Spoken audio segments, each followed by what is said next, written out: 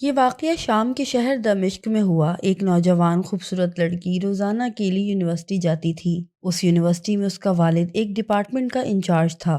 ایک دن چھٹی کے فوراً بعد اچانک بادل گرجنے لگے اور زوردار بارش ہونے لگی۔ ہر کوئی جائے پناہ کی تلاش میں دوڑ رہا تھا۔ سردی کی شدت بڑھنے لگی، آسمان سے گرنے والے اولے لوگوں کے سروں پر برسنے لگے۔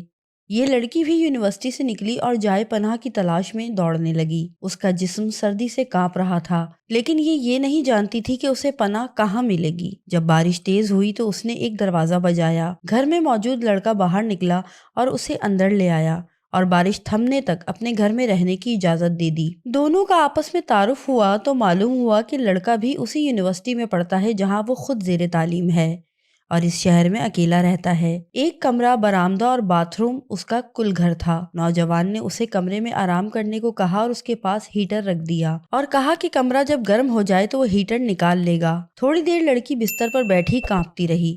اچانک اسے نیند آ گئی تو یہ بستر پر گر گئی۔ نوجوان ہیٹر لینے کمرے میں داخل ہوا تو اسے بستر پر سوئی ہوئی لڑکی جنت کی حوروں کی سردار لگی۔ وہ ہیٹر لیتے ہی فوراً کمرے سے باہر نکل گیا، لیکن شیطان جو کہ اسے گمراہ کرنے کے موقع کی تلاش میں تھا اسے وسوسے دینے لگا۔ اس کے ذہن میں لڑکی کی تصویر خوبصورت بنا کر دکھانے لگا۔ تھوڑی دیر میں لڑکی کی آنکھ کھل گئی۔ جب اس نے اپنے آپ کو بستر پر لیٹے ہوئے پایا تو ہڑبڑا کر اٹھ گئی اور گھبراہٹ کے عالم میں بے تحاشا باہر کی طرف دوڑنے لگی۔ اس نے برآمدے میں اس نوجوان کو بے ہوش پایا۔ وہ انتہائی گھبراہٹ کے عالم میں گھر کی طرف دوڑنے لگی اور پیچھے مڑ کر بھی نہ دیکھا، یہاں تک کہ اپنے گھر پہنچ کر باپ کی گود میں سر رکھ دیا جو کہ پوری رات اسے شہر کے ہر کونے میں تلاش کرتا رہا تھا۔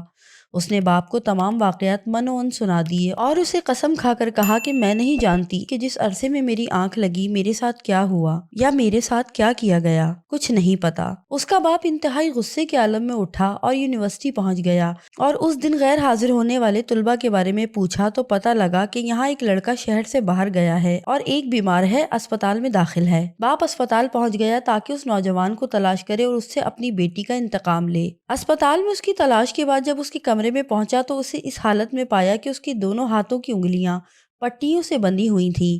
اس نے ڈاکٹر سے اس مریض کے بارے میں پوچھا تو ڈاکٹر نے بتایا جب یہ ہمارے پاس لایا گیا تو اس کے دونوں ہاتھ جلے ہوئے تھے۔ باپ نے نوجوان سے کہا کہ تمہیں اللہ کی قسم ہے، مجھے بتاؤ کہ تمہیں کیا ہوا ہے۔ باپ نے اپنا تعارف نہیں کروایا تھا۔ وہ لڑکا بولا کہ کل رات ایک لڑکی بارش سے بچتی ہوئی میرے پاس پناہ لینے آئی تھی۔ میں نے اسے اپنے کمرے میں پناہ تو دے دی، لیکن شیطان مجھے اس کے بارے میں پھسلانے لگا تو میں اس کے کمرے میں ہیٹر لینے کے بہانے داخل ہوا۔ وہ سوئی ہوئی لڑکی مجھے جنت کی حور لگی۔ میں فوراً باہر نکل آیا، لیکن شیطان مجھے مسلسل اس کے بارے میں پھسلاتا رہا اور غلط خیالات میرے ذہن میں آتے رہے۔ تو جب بھی شیطان مجھے برائی پر اکساتا میں اپنی انگلی آگ میں جلاتا تاکہ جہنم کی آگ اور اس کے عذاب کو یاد کروں اور اپنے نفس کو برائی سے باز رکھ سکوں، یہاں تک کہ میری ساری انگلیاں جل گئیں اور میں بے ہوش ہو گیا۔ مجھے نہیں پتا کہ میں اسپتال کیسے پہنچا۔ یہ باتیں سن کر باپ بہت حیران ہوا اور بلند آواز سے چلایا، اے لوگوں، یہ اللہ سے ڈرنے والوں کا ذکر ہے، گواہ رہو، میں نے اس پاک سیرت لڑکے سے اپنی بیٹی کا نکاح کر دیا ہے۔ سبحان اللہ، یہ ہے اللہ سے ڈرنے والوں کا ذکر۔ اگر اللہ کا خوف نہ ہوتا تو اس لڑکی کی عزت ہرگز محفوظ نہ رہی ہوتی۔